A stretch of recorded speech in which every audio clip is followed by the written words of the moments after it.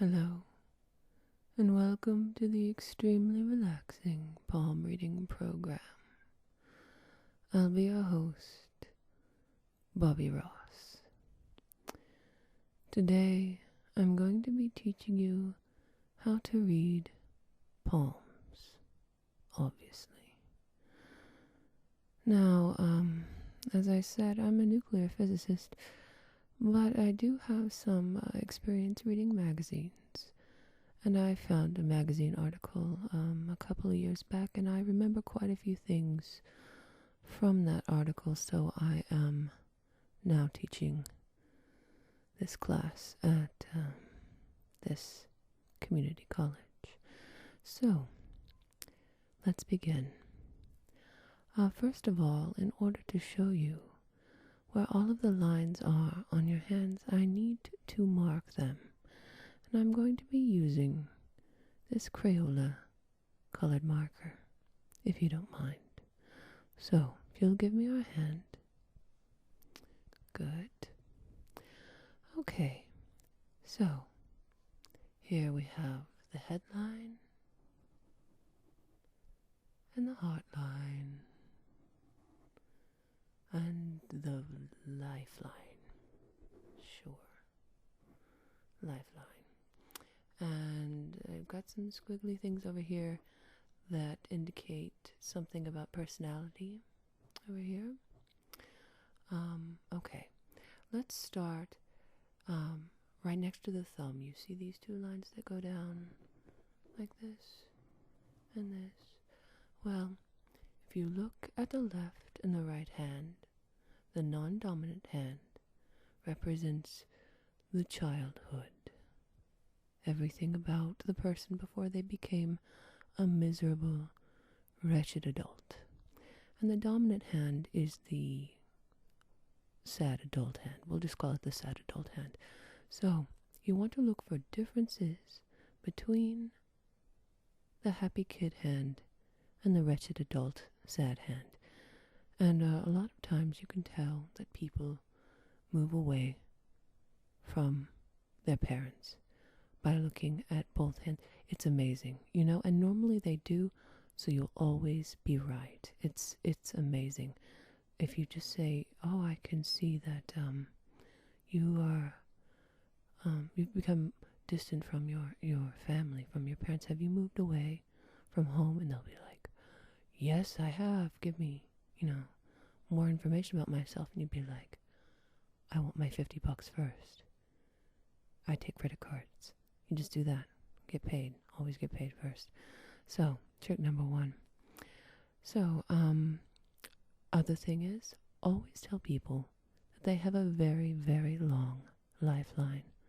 Always. Always, always. People don't want to be told that they have a short lifeline.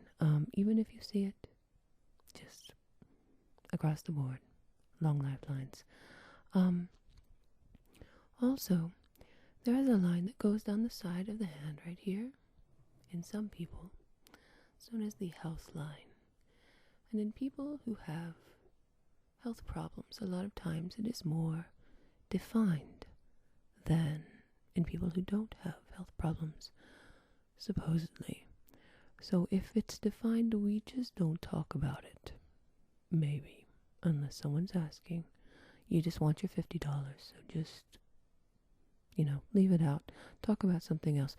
There are happy lines under the ring finger. If you see some lines right under the ring finger, they look like just little happy parallel lines. That means that someone, and it's right here,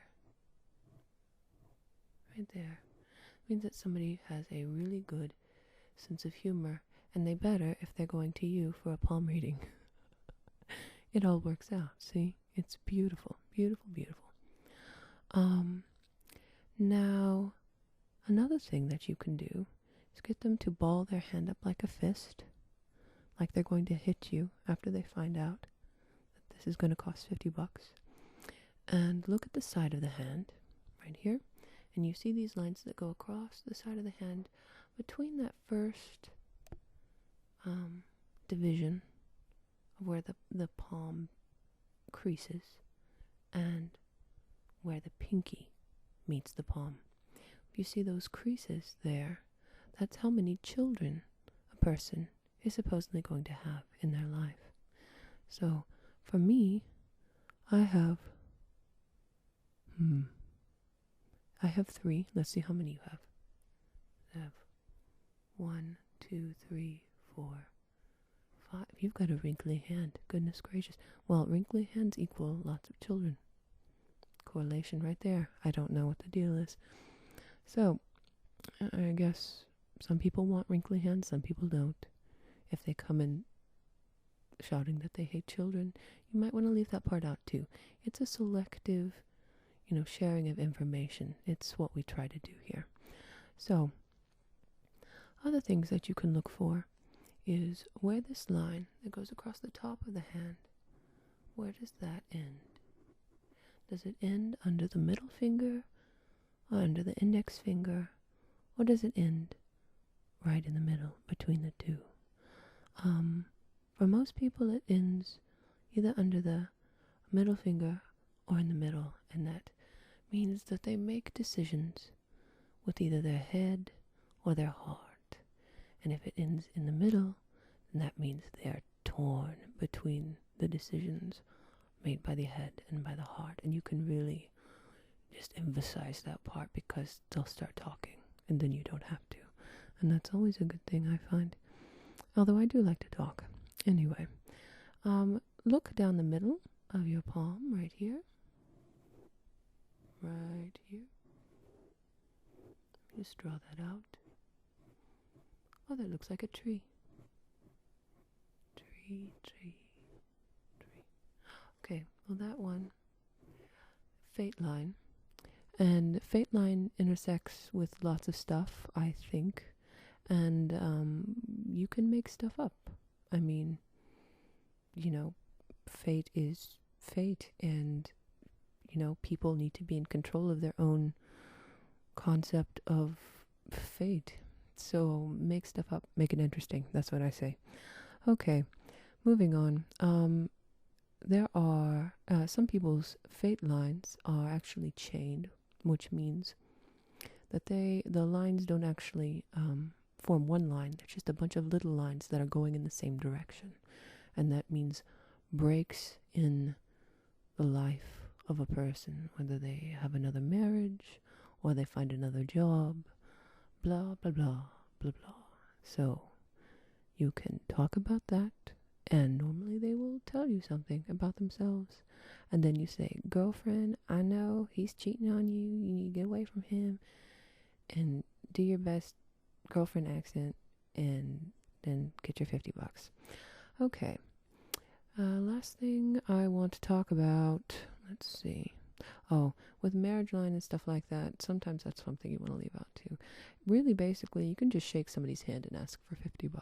I mean, that works too. I've done it. I don't know. But anyway, that's just about everything that I know about palm reading. So give me my $50. Thank you very much. Have a great night.